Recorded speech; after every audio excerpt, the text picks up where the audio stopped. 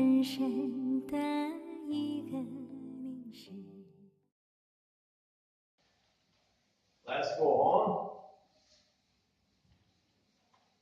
We dealt with some different definitions of risk. You remember? I provide you with some qualitative definitions and some quantitative definitions. Please, would you remind me a few examples of the first and or second? My first interactive lady is going to help us. Yeah, so danger first, the unexpected result. Then other. Other. Well, other is quite generic. Other.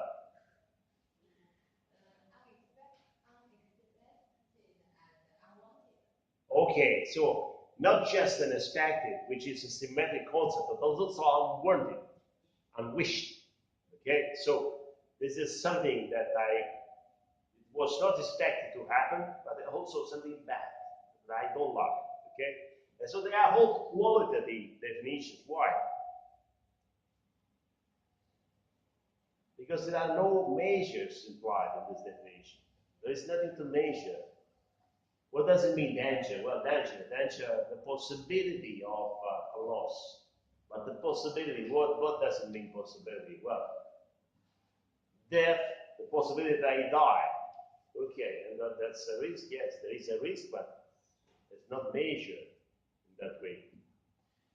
Then the second, quantitative definitions of risks, of risk.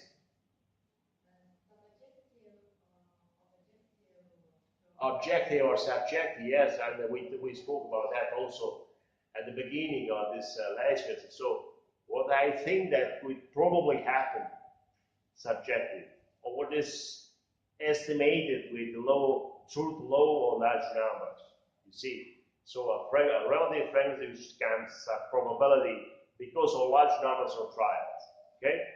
Okay. Then other.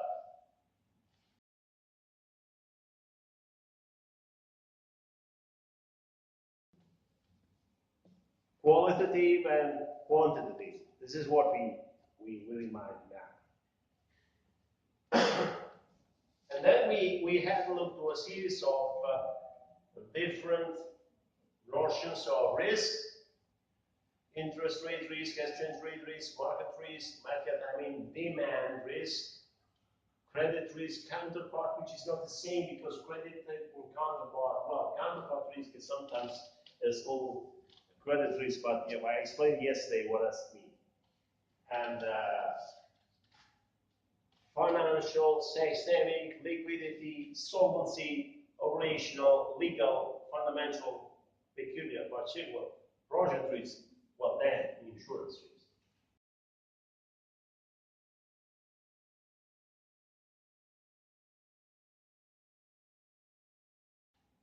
And then we specified, we made a difference between subscribed risk and subscription risk.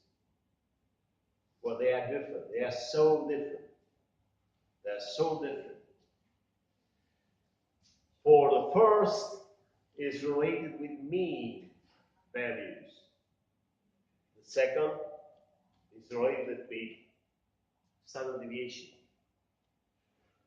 What we are speaking about? We are speaking about loss distribution, what we saw before, the loss distribution, the portfolio loss distribution, the expected value of losses, and the expected value of what? The mean value. You know, standard deviation is a mean. That's a mean as well. The standard deviation is a mean.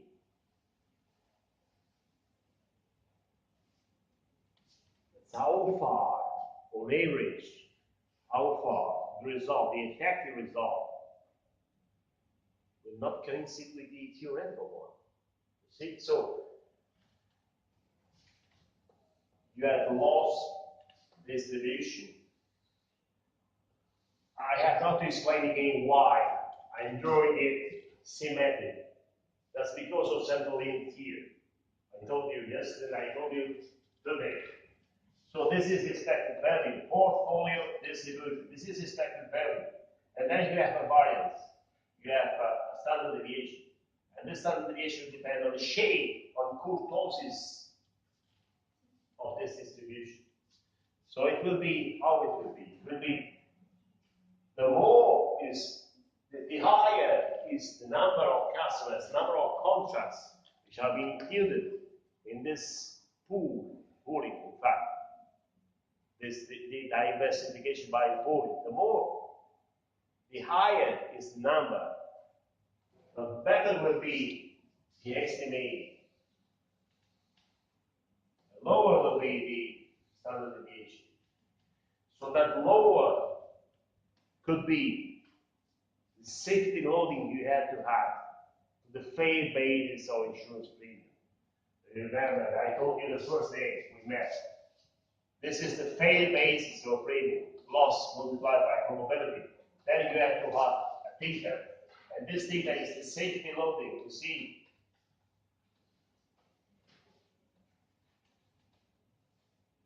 And this safety loading, it depends on the standard deviation, on how many standard deviation you use to calculate theta. Okay? How to calculate insurance premium? Well, you know how to calculate insurance premium because I told you yesterday, I will repeat this inning, how to calculate risk premium. In the non-life sector, how you calculate risk premium?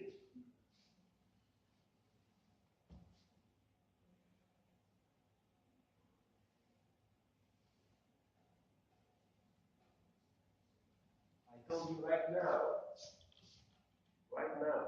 you just multiply the amount of loss by the probability of loss. And then you have to add safety loading. When we spoke about the first time about that, you told me, well, at least, how to price? You told at least, well, at least, exactly, at least what? At least the mean value, at least the fair value, at least. But it will not be sufficient. Why it will not be sufficient? Because, of course, first you have to be sure to keep solvent, to keep yourself solvent if the number of contracts suffering from a loss will be higher than expected, first. And second, you have to cover expenses.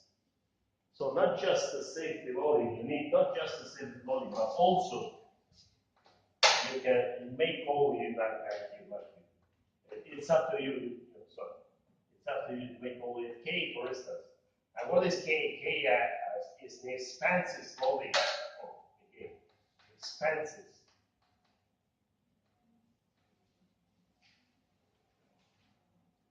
So this is the final amount must be paid. Okay?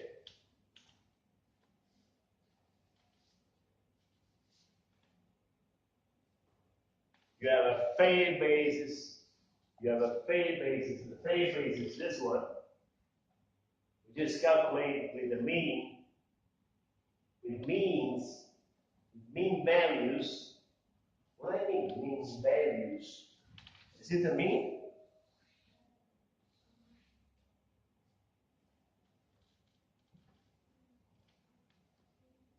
Because we are dealing with health, which stands for loss, as it was a constant. But that's not a constant, indeed. Because let's imagine the case of fire, of an house fire, where the damage, if your house is worth $500,000, for instance. Well, it depends. The amount of damage will depend on how soon firemen will arrive. Not necessarily will be all house will be destroyed and the value afterwards will be zero. No? So that's not a constant. Also, this also is an expected value. It's not a constant, it's an expected value. And this P, what is P? P is the probability, but the probability is it an expected value, this or not? What is it? What is P? P. Are you familiar with Bernoulli distribution? Dichotomic probability distribution. What's up there? A movie, something. 0, 1, the dichotomic distribution. 0, 1. Well, P also, it means P. Is what happens normally, usually. But what happens usually is the mean. What happens on average? On average, 3 out of 1,000 cars will be stolen. On average, 2 out of 1,000 houses will fire. So they are being gained. And this is the fair basis. Fair basis. Then you need to have loadings. Loadings is represented by standard deviation. So doses and so on and so on and so on. And I told you yesterday, it was the last thing I told you. If I am clever, if I'm a good insurer, if I have good basis to calculate these values, what I mean good basis means I mean that I have good time series lasting enough time series in order to evaluate in a proper way the probability. Well, the expectation will be verified. So probably not every year. What I mean every year? I mean, well, the probability of fire is 2 out of 1,000. Okay, but maybe this year will be just 1. Next year will be 4. The year following year will be 3, and 3 again, and 3 again, and then 4, and then 0. So on average will be 3, which means that on average I'm right.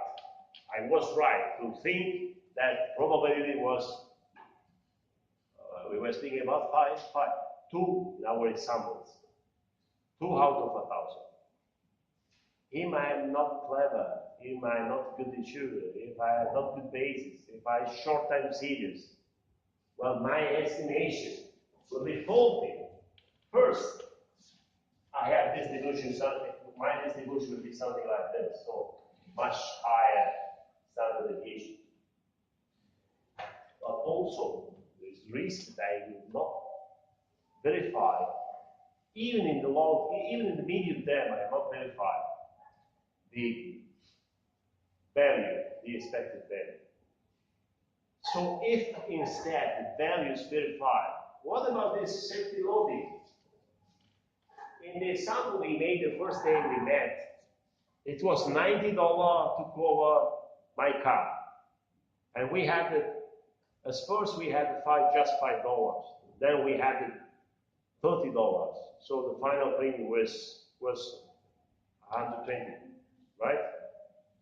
So if just 3 cars will suffer from loss. There are $30 more for each contract, so $30,000 profit. So whenever I've been right to suppose that, whenever I've been right with my expectation, with my estimates, well, the safety loading will become profit for the customer. And in fact, the entrepreneur, whatever kind of entrepreneur, would decide the profit if it's working in the proper way. So nothing strange. Nothing strange.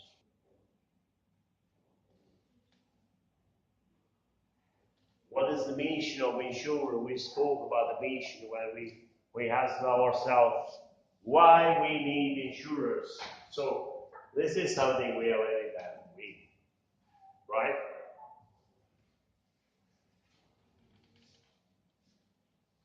And also, now, I told you the difference between subscribed risk and subscription risk. We should be able to answer this question. Which is the insured business risk? The prototypical risk of insurance. Which one? Subscription or subscribe?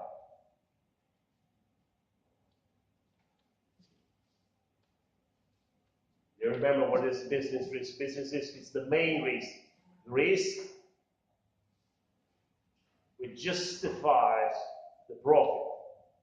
So the characteristic risk, right? So for banks, it's a credit risk. For insurer, it's subscribe or subscription. Well, subscription, of course, because the subscription risk corresponds to standard deviation. Then, if I'm right, it corresponds to the theta. So the safety loading. Okay, so the business risk for insurance is the subscription risk.